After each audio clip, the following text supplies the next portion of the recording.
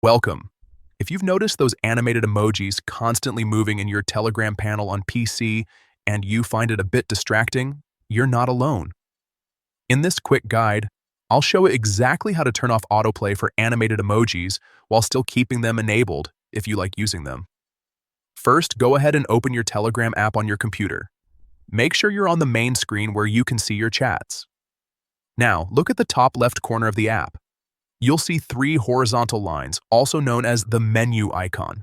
Click on that to open up the sidebar menu. From there, scroll down slightly and click on Settings. This is where Telegram keeps all your customization options. Once you're inside Settings, find and select Advanced. It might take a second to locate, but it's usually near the bottom of the list.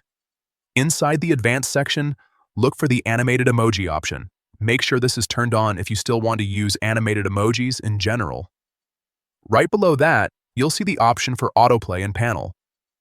Now here's the key step. Simply disable autoplay in panel. This will stop emojis from automatically playing animations when you open the emoji panel, making your experience cleaner and less distracting. After that, don't forget to click on Save to apply your changes.